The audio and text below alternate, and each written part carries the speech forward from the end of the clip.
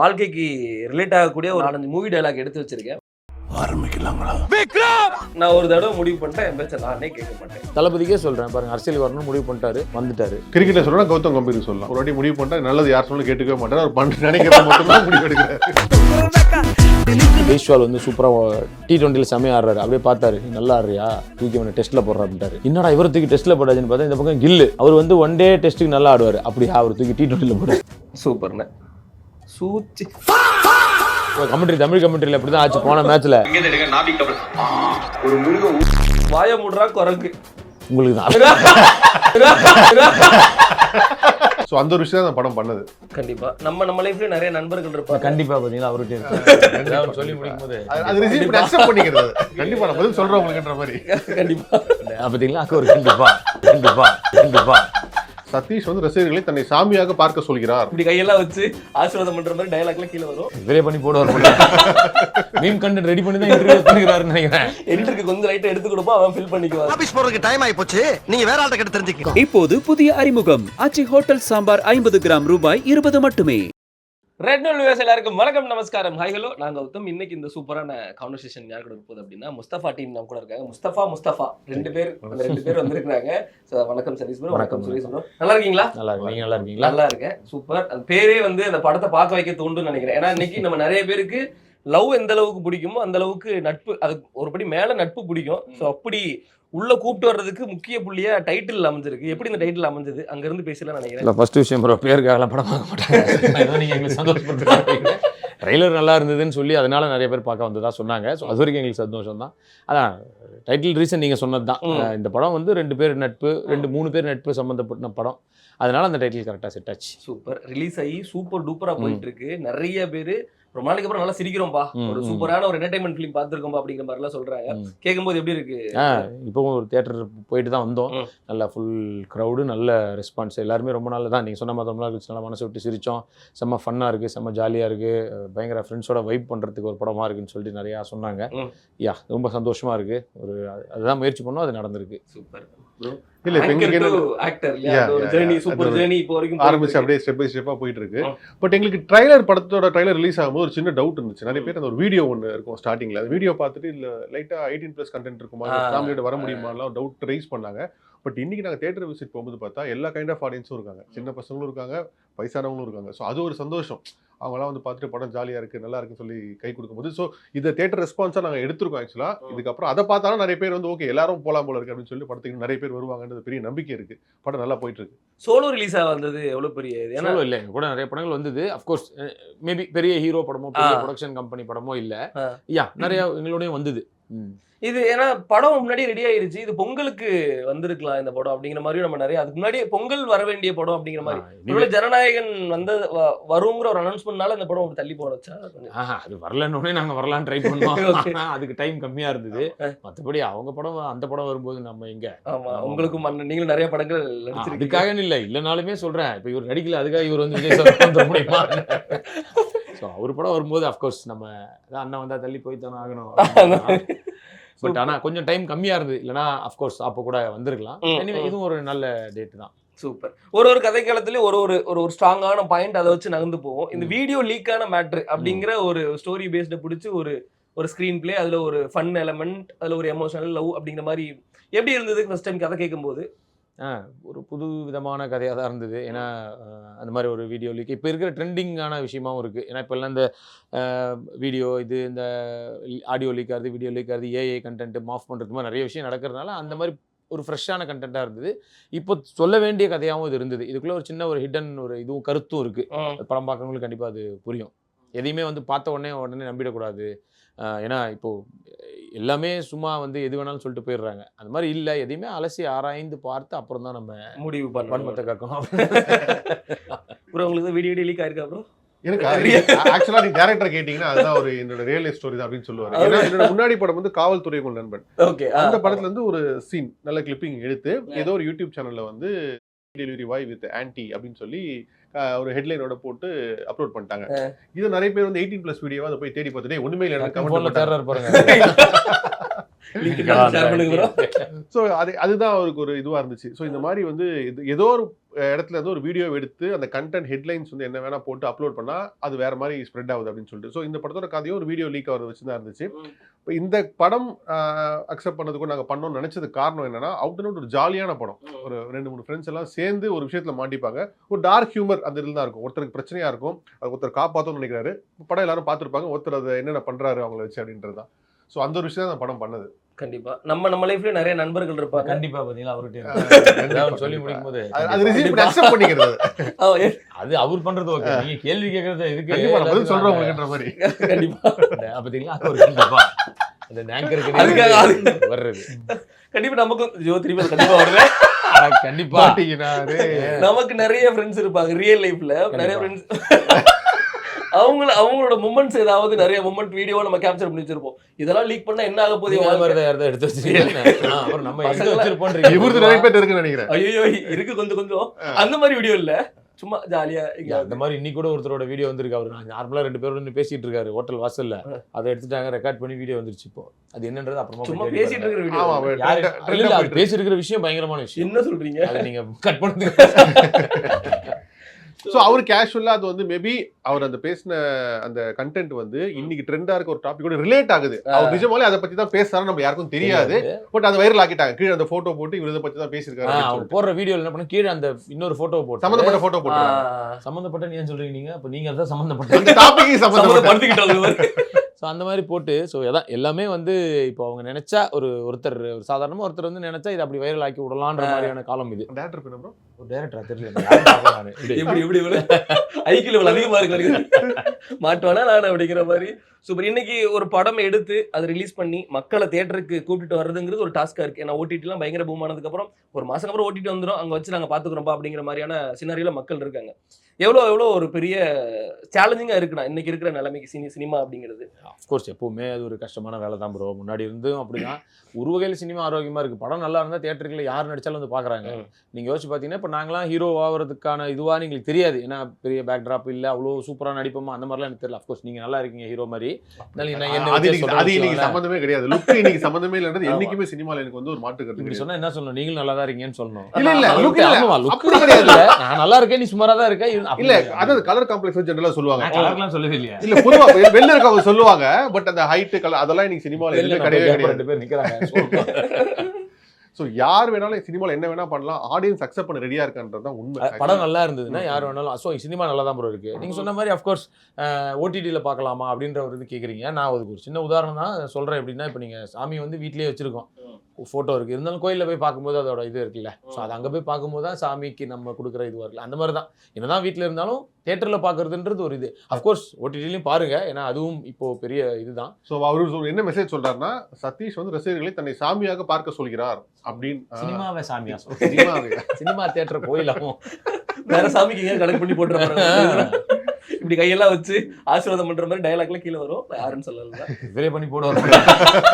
Meme content ready பண்ணி தான் பண்ணிக்கிறாருன்னு நினைக்கிறேன். எடிட்டருக்கு கொஞ்சம் லைட்டா எடுத்து கொடுப்போம், அவன் ஃபில் பண்ணிக்குவான் அந்த மாதிரி. நானே அந்த கெட்ட போட்டு ஒரு படத்துல அப்படி நின்று வீடியோலாம் வைரல் ஆச்சு. நீங்க இவர் தானே சொல்றீங்க, நம்ம நித்யானந்தா. ஆமா, நானே அந்த கெட்டப்ல ஒரு படத்துல வருவேன், அதெல்லாம் போட்டு வீடியோல எடுத்து போட்டோம். அந்த மாதிரி டீம் எப்படின்னா இருந்துச்சு? முஸ்தபா அந்த ஒர்க்கிங் ப்ராக்ரஸா? டைரக்டர் பிரவீன் பத்தி சொல்லுங்க. இவருக்கு இன்னும் உண்மையான முஸ்தபா இவங்க 2 பேரும் அந்த மாதிரி லாங் டைம் ஃப்ரெண்ட் பிரவீன் எனக்கு. ஸோ ப்ராஜெக்ட் ஆரம்பிச்சதுல இருந்தே அவர் வந்து ஒரு கேஷுவலான பர்சன். அதாவது வந்து ஒரு கதை ஒன்று எழுதிருப்போம், ஒரு சீன் எடுப்போம் அப்படின்னு வரும்போது ஆர்டிஸ்ட் கிட்ட நீங்க என்ன சொல்றீங்க, என்ன பண்ணலாம் அப்படின்றத கேட்டு டிஸ்கஸ் பண்ணி பண்ணக்கூடியவர். ஏன்னா இப்போ சில பேர் வந்து புது டேரக்டர்ஸ் என்ன வந்தாலும் ஒரு சின்ன இன்செக்யூரிட்டி இருக்கு. ஒரு சொல்லும் போது நம்ம ஏதாவது விஷயம் இம்ப்ரூவைஸ் பண்ணாலும் போது இல்லை வேணாம் போதும் அப்படின்னு சொல்லி ஸ்டாப் பண்றாங்க. அது மாதிரி இல்லாம அவர் வந்து நல்லா ஜெல்லாகி என்னென்னலாம் தேவைன்றதை எடுத்துப்பாரு, இது வேணாவோ கட் பண்ணுவாரு. அந்த மாதிரி நல்லா ஜெல்லாகி ஒர்க் பண்ணக்கூடிய ஈவன் கேமராமேன் விஷ்ணு வந்து எங்களோட ஃப்ரெண்டு தான், editor Dinesh friend, producer Pradeep Mahadevan friend. So எல்லா ஃப்ரெண்ட்ஸ் எல்லாம் சேர்ந்து பண்ண ஒரு படம் தான். Super great. நம்ம வாழ்க்கைக்கு ரிலேட் ஆகக்கூடிய ஒரு 4-5 மூவி டயலாக் எடுத்து வச்சிருக்கேன். அதை வந்து நான் சொல்றேன், இது யாராருக்கெல்லாம் கொடுக்கலாம், முஸ்தபா டீம் சொல்லலாம், இல்லை நமக்கும் பர்சனலாக எங்கேயாவது யூஸ் பண்ணா கூட யூஸ் பண்ணிக்கலான்னு. நீங்க ப்ரோ கேமரா அந்த பக்கம் திருப்பிடாதீங்க, ரிசு பாய் ஃபுல்லா பட்டன்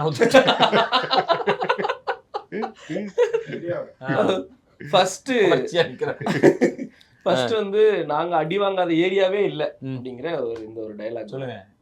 யாருக்கு இது யாருக்கு கொடுக்குறீங்க இல்ல நீங்க எடுக்கணும் நாங்க யாருக்காவது டெடிகேட் பண்ண போனா நம்மளே எடுத்துக்கலாம் எடுத்துக்கலாம். அங்க அடி வாங்காத ஏரியாவே இல்ல அப்படின்னா இப்ப இந்த இதுல வந்து ஜோஃப்ரா ஆர்ச்சர் சொல்லலாம்.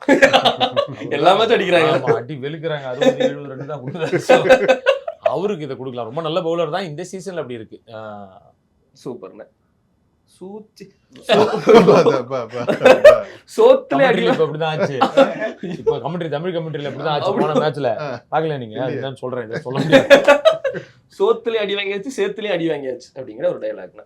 சோத்துலயும் அடி வாங்கியாச்சு, சேத்துலயும் அடி வாங்கியாச்சு என்ற அந்த வசனத்தை இந்த வாட்டி ஆஸ்திரேலியா டீமுக்கு நான் கொடுக்குறேன். நான் கிரிக்கெட்டா போய் கிரிக்கெட் நடக்கிறதுனால அதனால சொல்றேன். ஆமா, ஏன்னா சோத்துல அடி வாங்கியாச்சு ஸ்ரீலங்கா, சேத்துல அடி வாங்கியாச்சு ஜிம்பாபே.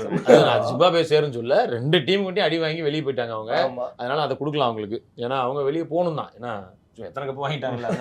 இன்னொன்று ஃபைனல்ஸ் அவங்க வந்தாலே நமக்கு ஒரு மாதிரி பீதி ஆயிடுது. அந்த மாதிரி. So super. Why blood same blood அப்படிங்கிற dialogue. Why blood same blood நீங்க சொல்லுங்க. நம்ம 2 பேருக்கு தான்.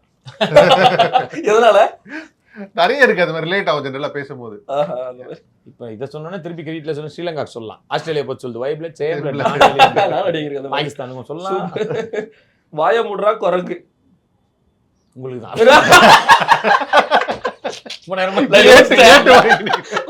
எனக்கு திரும்பமோ அப்படிங்கிற மாதிரி ரிஸ்க் எடுக்கிறதுல எனக்கு ரஸ்க் சாப்பிடுற மாதிரி இந்த டைலாக் யாரு 2 பேரும் பண்றதுதான். இப்போ ஏன்னா ஒரு ஆளுக்கு ஒரு வேற வேலையில இருந்தோம்.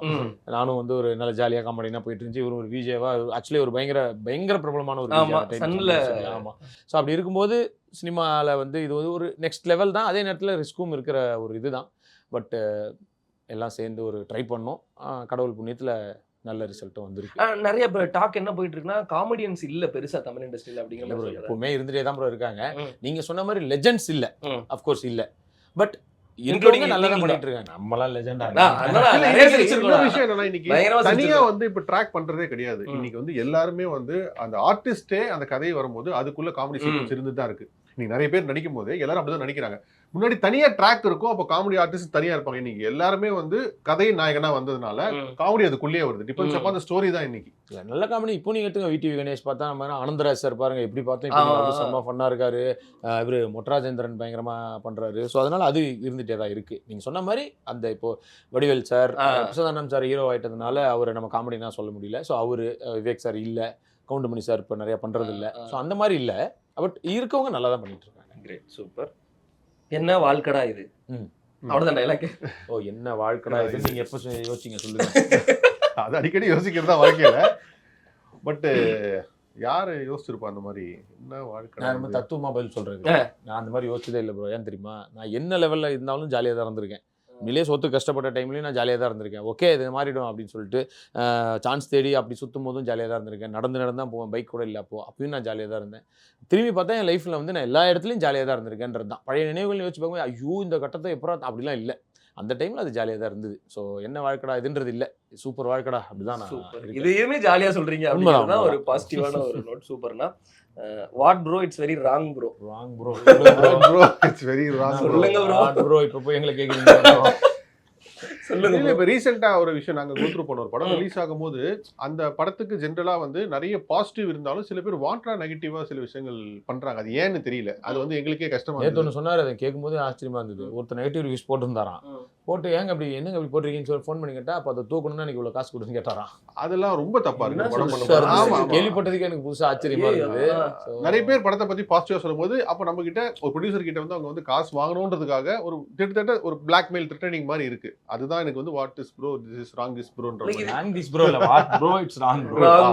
அது மாதிரி super. Building strong, basement weak அந்த மாதிரி இருக்கு. பில்டிங் ஸ்ட்ராங், பேஸ்மென்ட் வீக் திருப்பி எங்களை தான் சொல்லிக்கலாம். நம்ம இந்தியன் டீமோட பேட்டிங் நல்லா ஸ்ட்ராங்கா, பவுலிங் அப்பப்போ திடீர்னு பும்ராவை தவிர மீது எல்லாம் சொதப்பிடுறாங்க. ஸோ பில்டிங் ஸ்ட்ராங், பேஸ்மெண்ட் வீக்னு அங்கே நான் சொல்லிக்கிறேன். ஓகே, கடைசியா பிரச்சனை இல்லை, யாரும் இது கேட்டு அவங்க வரமாட்டாங்க. அதனால இது யாரு பார்த்து ஐசிசி வரைக்கும். ஆமா. அடுத்து லாஸ்டா ஒண்ணுன்னா நான் ஒரு தடவை முடிவு பண்ணிட்டேன் என் பேச்ச நானே கேட்க மாட்டேன். ஒரு தடவை முடிவு பண்ணிட்டேன் என் பேச்ச நானே கேட்க மாட்டேன். இதை யாருக்கு சொல்லலான்றீங்களா? தளபதிக்கே சொல்றேன் பாருங்க. அரசியல் வரணும்னு முடிவு பண்ணிட்டாரு, வந்துட்டாரு. அதே ஒரு டைலாக் அவருக்கே அப்படியே சூப்பரா செட் ஆயிடுச்சு. கிரிக்கெட்டை சொல்லலாம், கௌதம் கம்பீருக்கு சொல்லலாம். ஒரு வாட்டி முடிவு பண்ணிட்டா நல்லது யார் சொன்னாலும் கேட்டுக்கவே மாட்டேன், அவர் நினைக்கிறத மட்டும் தான் முடிவு எடுக்கிறாரு. அது தோத்தாலும் ஜெயிச்சாலும் பரவாயில்ல எனக்கு அப்படின்ற மாதிரி. ஐயோ ஒட்டுமொத்த ஒண்ணுமா இருக்கு அப்படின்னு. ஏன் நல்லாதான் கோச் பண்றாரு இல்லையா? கோச் நல்லா தான் பண்றாரு, நல்லது சொன்னா கேட்டுக்கணும்ல, அது கேட்க மாட்டாரு. இல்லை அவர் டிஃப்ரெண்டாக ஒன்று பண்ணுறாரு ப்ரோ. எப்படின்னா இப்போ வந்து ஜெய்ஸ்வால் வந்து சூப்பராக T20 செம்மையாக ஆடுறாரு. அப்படியே பார்த்தாரு, நீ நல்லா ஆடுறியா, தூக்கி அவனை டெஸ்ட்டில் போடுறா அப்படின்ட்டாரு. என்னடா இவர் தூக்கி டெஸ்ட்டில் போடாதுன்னு பார்த்தா இந்த பக்கம் கில்லு அவர் வந்து ஒன் டே டெஸ்ட்டுக்கு நல்லா ஆடுவார். அப்படியா அவர் தூக்கி T20 கரியரை முடிச்சு அமிச்சு புதுசு புதுசா உள்ள ஆள் சேர்ப்பாருன்னு நினைக்கிறேன். அந்த மாதிரி ஒன்று ஆர்டரை மாற்றி போடு. இவன் ஃபஸ்ட்டு போய் இறங்கி நல்லா ஓப்பனிங் ஆடுறானா இவனை தூக்கி 8ஆவதா போடு. இவன் யார் பவுலரா அவனை தூக்கி ஓப்பனிங் அந்த மாதிரி ஒன்று மாத்தி மாத்தி மிக்ஸ் பட் பண்ணி எனிவே போடுறது. அதில் செம்மையாக ஒன்று பண்ணார் ப்ரோ. இப்போ சமீபத்தில் ஒன்று போன மேட்ச் நம்ம இவங்களோட ஜெயிச்ச மேட்ச், வெஸ்ட் இண்டீஸோட ஜெயிச்ச மேட்ச், நாக் அவுட் மேட்ச் அது. அதில் வந்து பார்த்தீங்கன்னா சஞ்சு சாம்சன் சூப்பராக ஆடினார். பட் கடைசியாக வந்து 2 பால் வந்து 2 4 அடிச்சார். தூபே அடிச்சார். அவர் சூப்பர் மேட்டர் தான். கம்பீர் என்ன சொல்லியிருக்காரு, அதாவது நீங்க எல்லாரும் வந்து எடுத்த 97 அடிச்ச இவர் தான் பாக்குறீங்க, சஞ்சு சாம்சன் தான் பாக்குறீங்க. பட் முக்கியமான கட்டத்துல வந்து அடிச்சு கொடுத்தது இவர் தான். இவர் யாருமே பார்க்கல. அது எதுக்காக சொன்னாருன்னா, அவர் வந்து இந்த 2011 நம்ம வேர்ல்ட் கப் வின் பண்ணப்போ அவர் ஒரு 97 அடிச்சாரு. ஆனா 91 அடிச்ச கம்பீர் தோனி வந்து மேன் ஆஃப் த மேட்ச் வாங்கி அந்த அவர் தான் கப்பு வாங்கின மாதிரி ஆயிடுச்சு இல்ல. அந்த வன்மத்தை அங்க கொண்டு வந்து இப்ப நேரா கத்துனா எங்க இதாயிடுமோன்னு அப்படி வேற ஒருத்தர் மூலமா அப்புறம் அதை வந்து கக்கி இருக்கிறார் அந்த வன்மத்தை. அந்த மாதிரி அங்கங்க கேப் கிடைக்குது அங்கங்க தட்டி விட்டுறாங்க. நாங்க அங்க வன்மத்தை கம்பீர் வன்மத்தை. சூப்பர். ஆனா எனிவே கம்பீர் மூலமா நிறைய கப்புகள் வந்திருக்கு, அதையும் நம்ம பாராட்டி தான் ஆகணும். சூப்பரான அவங்களோட படங்களோட லைன் அப் பத்தி தெரிஞ்சு சீரியஸ் படங்கள் வருது. ஆமா, அடுத்து 10 நாள் அப்படிங்கிற ஒரு படம் சூப்பர் படம், பயங்கர ஒரு சீரியஸான ஒரு படம். இப்போ முஸ்தபா ஒரு ஃபன்னான ஜாலியான ஃப்ரெண்ட்ஸ் கூட சேர்ந்து இது பண்ற ஒரு படம். அடுத்து எந்த மாதிரியான ஜானர்ஸ்லாம் எதிர்பார்க்கலாம்? அடுத்து இந்த 10 நாள் ராஜான்னு ஒரு படம் ஷூட்ல இருக்கு. அது எல்லாமே action, comedy plus emotional sentiment, அந்த மாதிரி நல்ல ஒரு ஃபேமிலி இதுவா இருக்கும், ஃபேமிலி ட்ராமா. இப்போ அதுவும் இப்போ கரண்ட்ல இருக்க ஒரு பெரிய இஷ்யூவை எடுத்து சூப்பரா பண்ணியிருக்கோம். ஸோ அந்த படம் அடுத்தது. இன்னும் 2 படம் இன்னும் டைட்டில் வைக்கல, பட் ஒன்று ஸ்டார்ட் பண்ண போறோம். சூப்பர். உங்களோட அடுத்து நானும் யோகி பாபன் ஒரு படம் முடிச்சிட்டோம். அது வந்து full family comedy entertainer, Madurai பேஸ்ட்ல. இது வரைக்கும் நான் பண்ணது எல்லாம் இது வரைக்கும் பண்ணது எல்லாமே சிட்டி. ஸோ அந்த சைடு மதுரை போயிட்டு அங்க இருக்க ஒரு ஃபேமிலி டிராமா. ஸோ அதுவும் படம் சூப்பரா வந்திருக்கு. இப்போ தான் அவுட் பார்த்தோம். இன்னும் ஒரு ஃபியூ மந்த்ஸ்ல ரிலீஸ் ஆகும். ஒர்க் போயிட்டு இருக்கு. ஸோ ஹாப்பி உங்களுக்கு 2 பேரும் மீட் பண்ணி வாழ்த்துக்கள்னா. கண்டிப்பா நிறைய படங்கள் நீங்க பண்ணி எல்லா படங்களும் வெற்றி படமா வர என்னோட வாழ்த்துக்கள். All the best. நீங்களும் நல்லா ஜாலியா கொண்டு போனீங்க. நீங்களும் வந்து ஆங்கர்ல பெரிய ஆளா வந்து இவர் மாதிரி ஒரு விஜய் வந்து அதுக்கப்புறம் இவர் மாதிரி ஒரு ஹீரோவா வந்து எல்லாமே பெருசா நடக்கணும். கண்டிப்பா. முஸ்தபா படம் தியேட்டர்ல ஓடிட்டு இருக்கு. ஓடிடி வரதுக்கு இன்னும் டைம் இருக்கு. அதுக்கு முன்னாடி தியேட்டர்ல போய் பார்த்து செலிப்ரேட் பண்ணுங்க. படங்கள் தியேட்டர்ல பார்த்தா தான் அதோட ஃபீலை வந்து நம்மளால அனுபவிக்க முடியும். தியேட்டர்ல பாத்துருங்க. Thank you so much.